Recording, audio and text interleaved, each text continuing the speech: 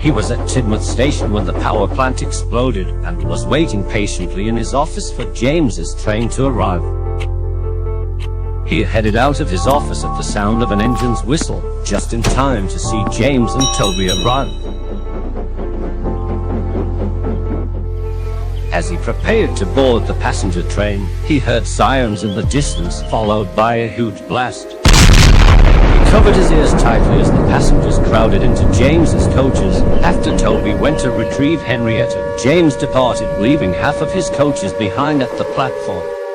With nowhere to run, Topham prepared for the worst. His top hat was blown off of his head before he dropped to the ground, followed by a shower of shattered glass. Luckily, Topham was for the most part unharmed by the falling glass, but the other passengers weren't so lucky. He got up, grabbed his head back, his vision blurry, ears ringing, heart racing, and he started to look around. He noticed a passenger bleeding heavily from his face, and the controller panicked and ran to the parking lot beside the station, where his car was located. He entered his car, and he sped off in the direction of Tidmouth Sheds. All he was thinking about was the well-being of his beloved engines. He had to find out what or who had caused this, and where his engines were located. The road was rough, probably from the shockwave. It wasn't long before Sir Topham had hit a pothole. The car seemed stuck, so he got out, had a look at it, and noticed the tire was flat. He was frustrated and worried at the same time. He wished that he hadn't left his spare tire at home. At this moment, he had no choice but to walk to a nearby workman's hut. It was constructed not so long ago.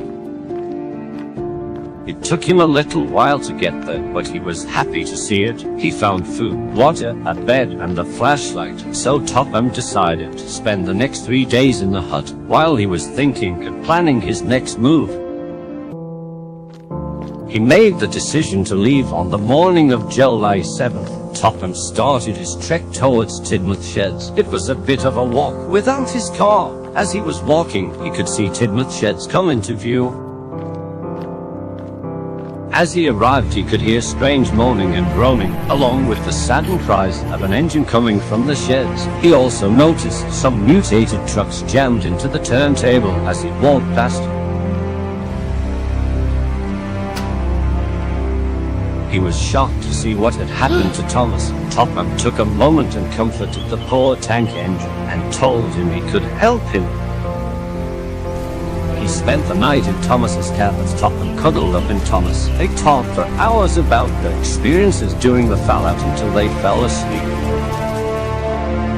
The morning was quick to arrive as Topham woke up really early as the sun started to rise. He got to work removing the mutated trucks from the turntable. Afterwards, he came back to Thomas.